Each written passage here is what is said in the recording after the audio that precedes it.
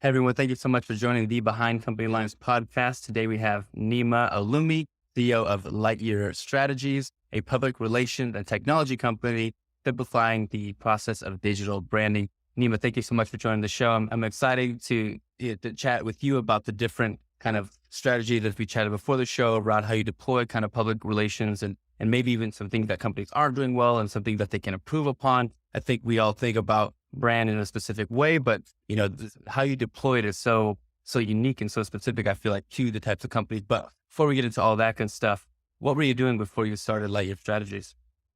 Before we got involved in the public relations space, we were a marketing business. So we represented a bunch of different clientele, in the marketing space.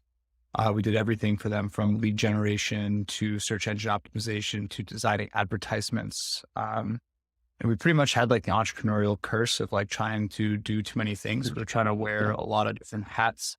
And we're just very like ADHD and naturally curious towards like a bunch of different angles, which was fun from a learning perspective, because I would say we learned a lot. But we started specializing in public relations right when COVID started, because one of our clients asked us to figure out a way to get them into the New York Times. And we were able to get them in the New York Times multiple times. We got them in Bloomberg, we got them in Realtor.com and some other places. And they got a $35 million funding round as a result of all the press we got them. And the CEO of the company was super stoked. And we were kind of looking for something more interesting to specialize in. And we saw the value that we brought firsthand from the PR standpoint. And we started focusing just on PR since then. Yeah. Yeah. Describe public relations for those of the audience who don't know. And we typically work with companies who are building software and who are looking to maximize their public image and their brand association with the technology. How would you define public relations, and what are like the important key features that companies should think about when thinking about when deploying public relations?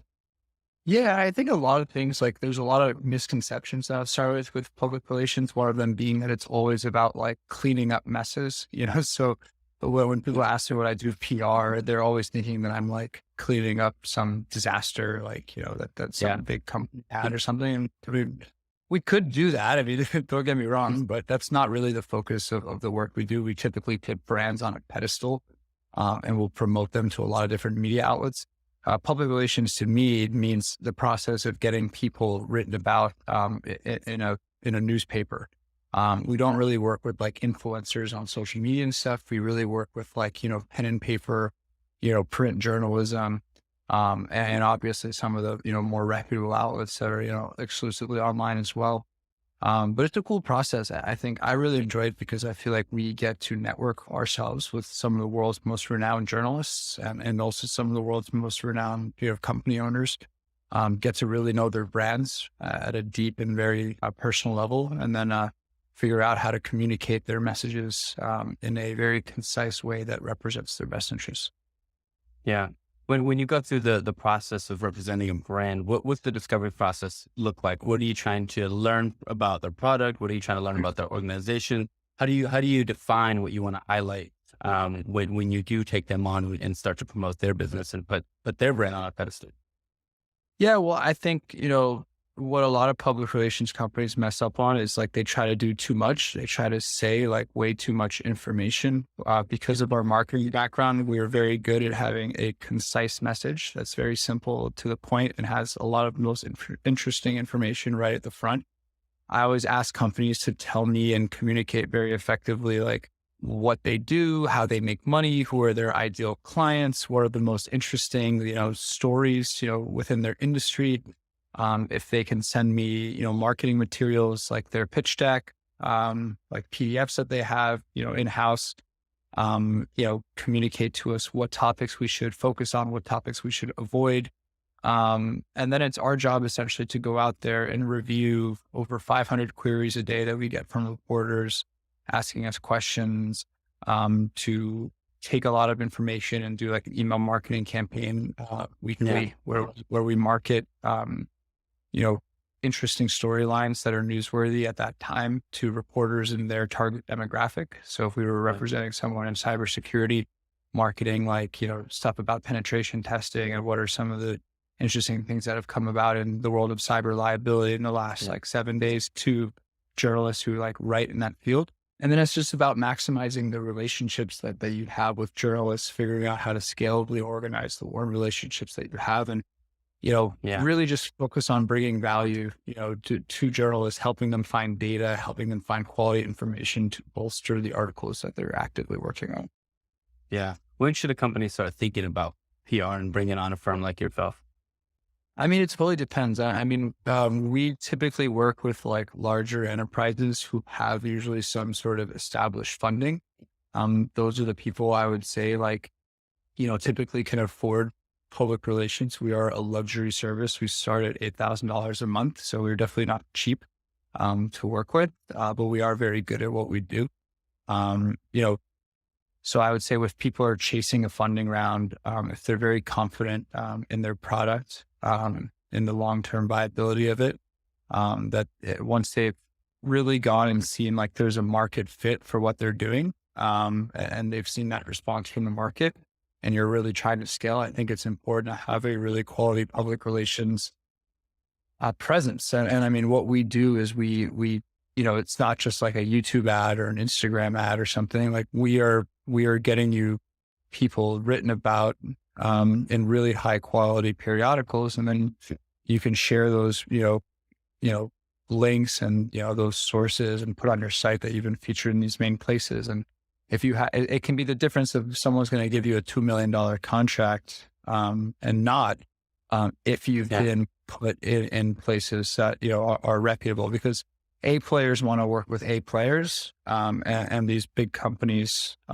want to see that the public, has, I would say validated the message is a really strong signal. So we operate as a middleman in that space. I mean, we read books like all day, every day.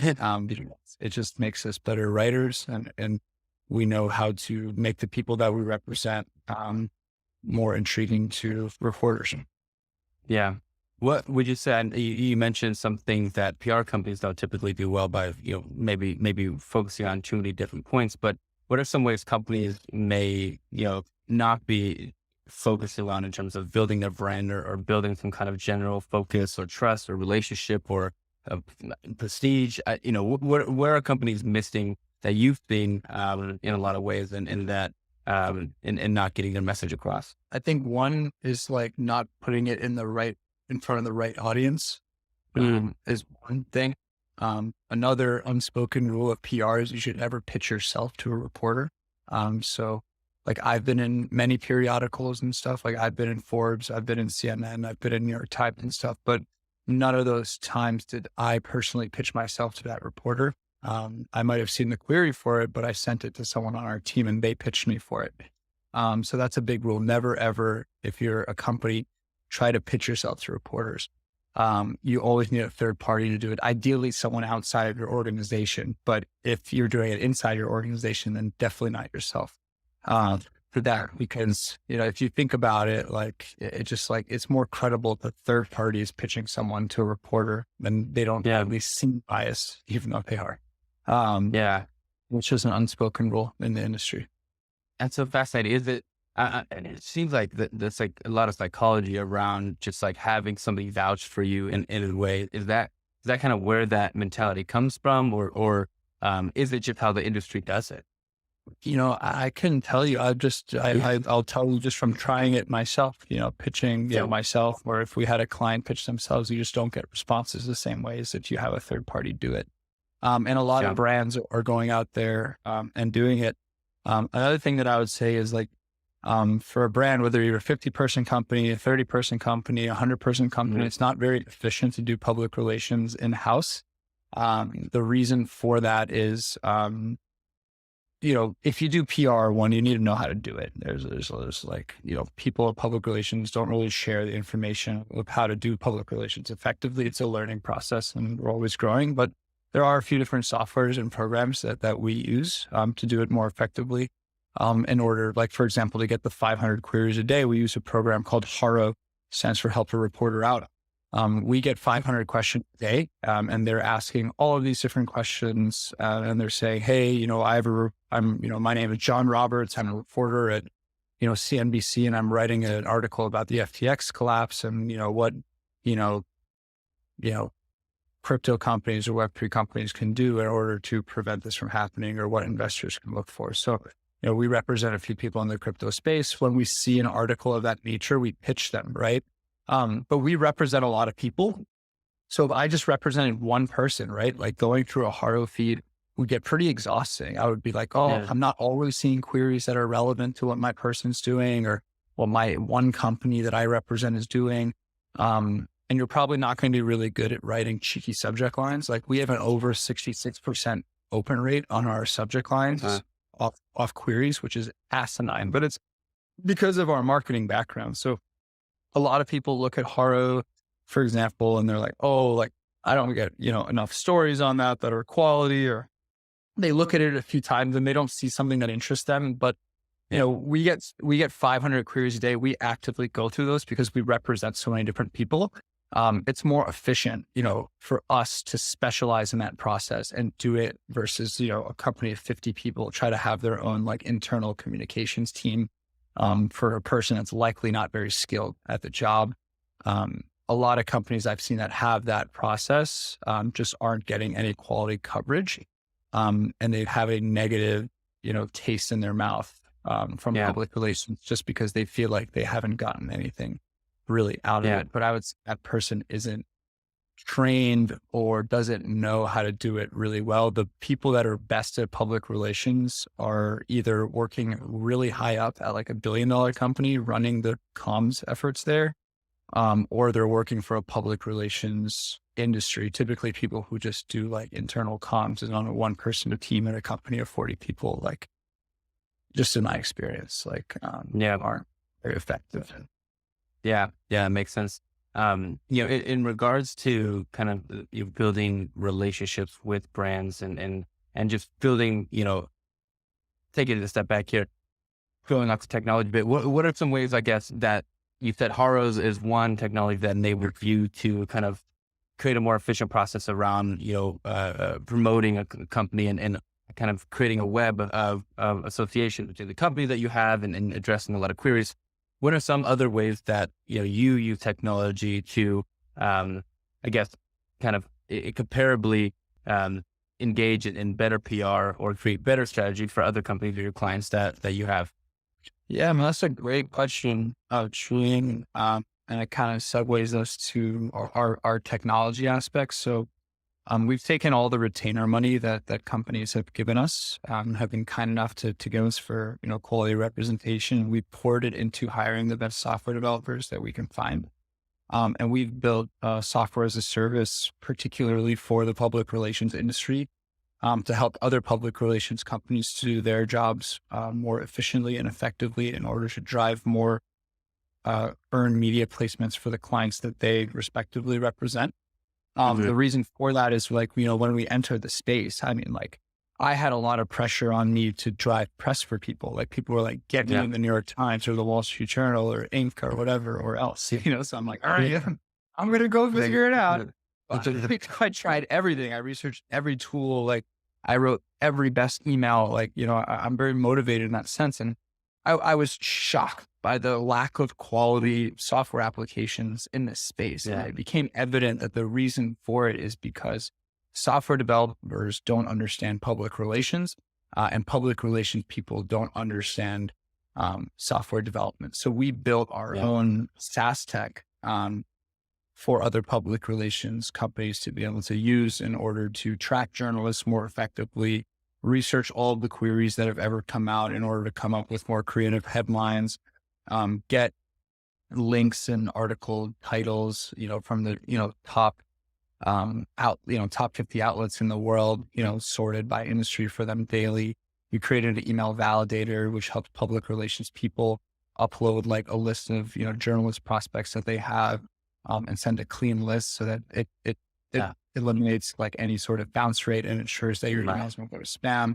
So we created like an in-house suite, calling it PR Monkey. That's the name of it. So I'm happy to show it to you if you want to see it. Well, you can do a pre-show. Yeah. So this is our new landing page. So it's like PR productivity reimagined. We show the table and the different tools that we have. This is just the landing page. And, people can go and sign up, see a little bit about our team and, people that built this product. Um, this is the application. So these are the 4 tools that we've built so far. One of them is the Haro table. So right now, the way Haro works is if you go into my inbox and you type in Haro, you will see and Haro just again is a website that anyone can go and sign up for. And if you have any interest in public relations, I highly recommend you go and do it. So it's where anyone can really get a story. You can sign up as either a journalist or a source. Because we're a source, we sign up as a source. And when you sign up as a source, you start getting 500 questions a day that people are, asking, all sorts of stuff. So you'll see someone's writing an article about explaining death to children, how riveting. Hope Gillette from Central is looking for psychiatrists and, specialists in the children's and mental health. And if we felt like that would be a good story for someone we represented, we would pitch them. Right here, Databox is asking a question on how many accounts can one agency account manager handle, all sorts of stuff. The reporter gives us their name, what media outlet they're writing for, the date of their deadline, what queries they have. But if you look at my inbox, none of this information was organized. This is just from last Wednesday, and no one was compiling all of this information. You can see cool outlets like Fortune or posting in here, looking for credit card experts to speak on getting a cash advance, all sorts of stuff. Right. So that's why we went and, we built our tool, because we were hey, people should be able to pitch more effectively on these applications. They should be able to save pitches. So that if you're a PR person and your job is to get, clients written about in the press, you can have a tool that allows you to share and have more actionable metrics. So, we upload all of the Haros, from previously, and I can put in a search real estate or inflation or, whatever it is. And then you can see all of the, articles that are about real estate. So, you can see I put in real estate, I brought up almost 1,200 results, right in our feed. And if you're a public relations person and you're hey, how do I come up with the most interesting storyline possible? It's really effective and useful to have a tool that allows you to kind of go through all of this stuff and see what different reporters are asking and save it and test different headlines and get a sense of what's hot and what's not. So if you can see, this storyline, related to inflation is interesting, or, this one's not. If you also have a journalist that you really like I know Leslie Cook very well from money.com, I can go type her into our feed and see what articles she's recently posted about, what questions have been on her mind. As a public relations person, you're always wondering what reporters are thinking so that you can get on their good side and have them write something for people that you represent. What better way to figure out what reporters want or what questions they've been having or what data they're really interested in, than organizing all of the information from Haro in a way that it can be more easily accessed. Incredible. What's been the transition going from obviously extremely PR focused and, in creating a tool around, the experience of a PR agency or a company that's looking to, be way more efficient in the process of submitting, or pitching, their clients. What's been how is the transition? What were you not good at then that you're better at now? So, I mean, I would say just one of the things that took us a while to figure out was figuring out how to index press releases. And I would say we didn't even figure that out until early 2022, which is embarrassing to admit, but it's just we didn't know. Right. And before we would take press releases and we would just blast them to the media. And I thought that was how you automatically index a press release, but no, there's a way that we figured out after that you just, push it in and then you automatically produce 700 links for one press release. So little tricks like that were really effective from our SaaS, developing our SaaS product and building out some of the other features like the journalist tracker, which is my favorite feature. It just came by, asking different public relations companies, what kind of problems do you guys have? How could you view yourself increasing the efficiency of, the services that you offer? PR people write more than journalists. There's 7 public relations people for every journalist in America. It's pretty crazy. So there's 7 professional convincers trying to convince every journalist in America to, write something, for what they want. So there's a lot of money in the space. It's a pretty hidden industry of hidden persuaders. We're not supposed to exist. So a lot of people don't want to help build software that enables us to do our jobs effectively. But, public relations is a college major in America. I mean, it's a very, very big industry. A lot of people do it professionally. I'll show you the other like tool too, if you want to check it out. This is the journalist tracker. So pretty much you just enter your email, and you upload a CSV of names of journalists that you know. So like I know 400 journalists personally that I've worked with on a bunch of different articles.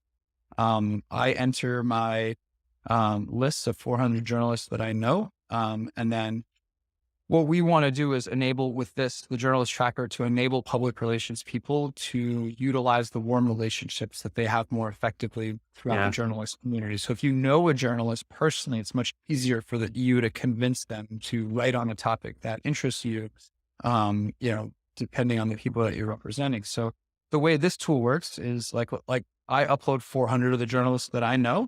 And then, today's Monday. So Friday was a work day.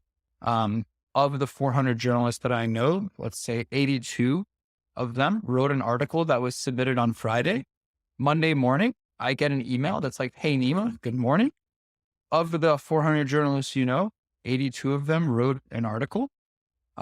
Here are the links and titles of their articles with their subheadings for you, like all organized one by one, the way that like a Haro feed was organized one by one with just headlines here, so that like the person can go through their warm list of journalists that they know in an effective manner, without having to look up, the individual profiles for 400 people and see whether they wrote something or not. That's how public relations people are currently doing it, and it's not super effective. Yeah, I can also see how much that makes you just better at creating titles and creating content around those, people you have a relationship already. It's a hack to kind of know them better and better. And if you're, I'm assuming, pitching something on another query that they're asking, you go back to that data and see what probably got them excited about that particular publishing that they just had. What's some of the biggest challenges that you face today? Some of the biggest challenges that we face, I would say my personal biggest fault would be like not being super organized. But we've been very fortunate to be able to hire team members that are, fill in spots that I don't do. So, very design oriented, very organized sort of people have helped kind of fill in a lot of the holes in our business that are around organization, making sure we get client reports out in time and stuff. So that has been a godsend in terms of, removing anxiety and, problems from my plate. Something we're hoping to do in 2022 or very early 2023 is go after a serious capital raise. So I wouldn't so much call that a problem, but it's something that we're doing. I mean, we've gotten to $700,000 of ARR without any outside investment, without a loan from the bank, without any funding at all. And the reason for that was very calculated. It was done so that I just felt like before taking anyone else's money, I wanted to figure out all the problems and the kinks in our business model, make sure that we weren't losing customers anymore, make sure that we didn't waste, other people's money before I had wasted my own. We were very fortunate that we had a lot of people that liked what we were doing, liked our approach when it came to public relations, and they were willing to believe in us from an early stage. And we learned a lot throughout that process. And I'm very grateful for the opportunities that we were given. Yeah, incredible. Long-term vision wise, what is the long-term vision for your ventures and overall with the product as well, if everything goes well, of course? Yeah. I mean, look, like our rallying cry for PR Monkey right now, it's called LY Strategies. That's the server it's available on, but eventually it's going to be rebranded as PR Monkey.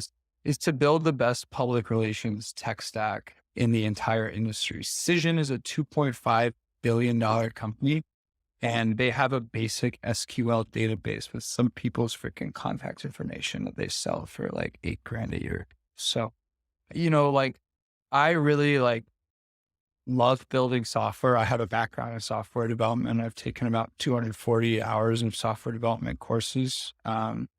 So I'm by no means like coding every day. That's not my day-to-day job, but I understand, how to use an editor.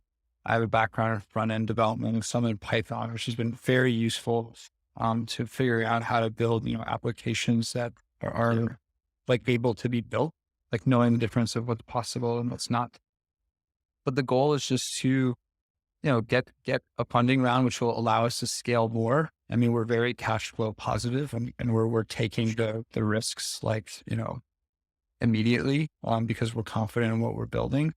But just, getting the software in front of people, really enabling other public relations people to feel empowered by the work that they do.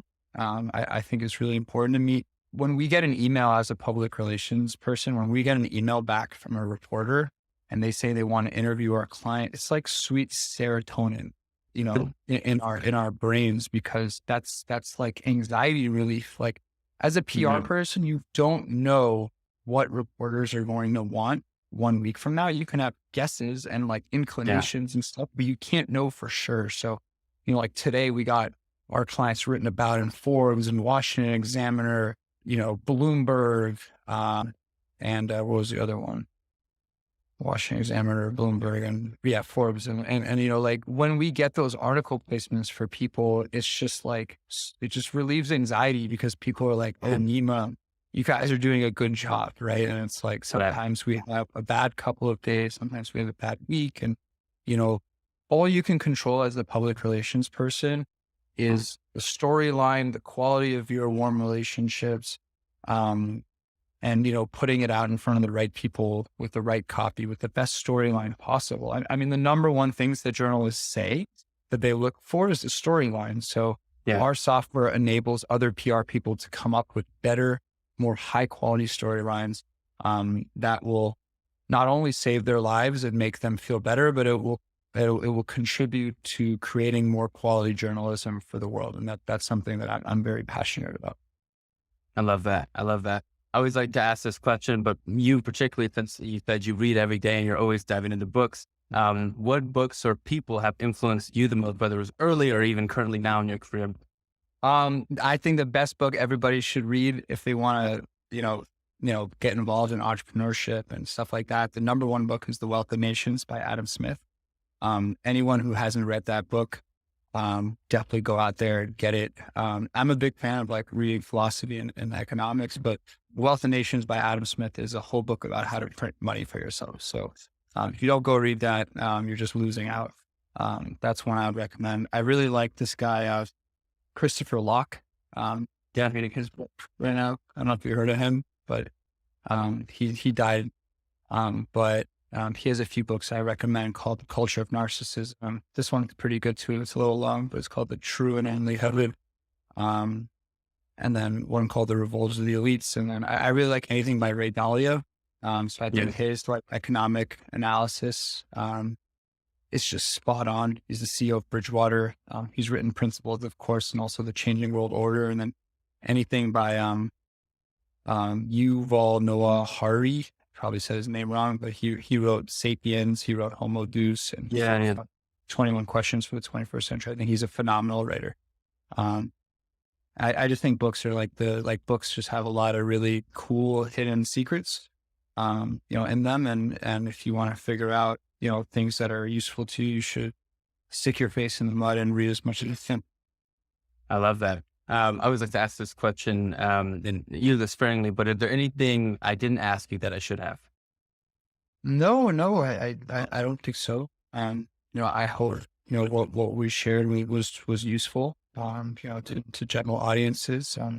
And a lot of people typically are curious how public relations works, because they know it's valuable for their business, but they're not really sure how it works. So I'm always down to be very transparent with the way that we drive press for people. share that information and answer any questions that people have. Amazing. Well, last question. I know we're at the end of the show, but I always give my guests a chance to give us your plugs. What are your LinkedIn's, your Twitters, your websites? We obviously saw lifestrategies.com where we can go use the app, but where do we get involved? And if I'm, a potential client looking for PR and looking to get my brand out there, where can I find you and where can I be supporting? So our website is lightyearstrategies.com. My email is Nima, Nima at lightyearstrategies.com. You can message me there, or you can find me on LinkedIn. It's Nima Olumi, founder of Lightyear Strategies on LinkedIn.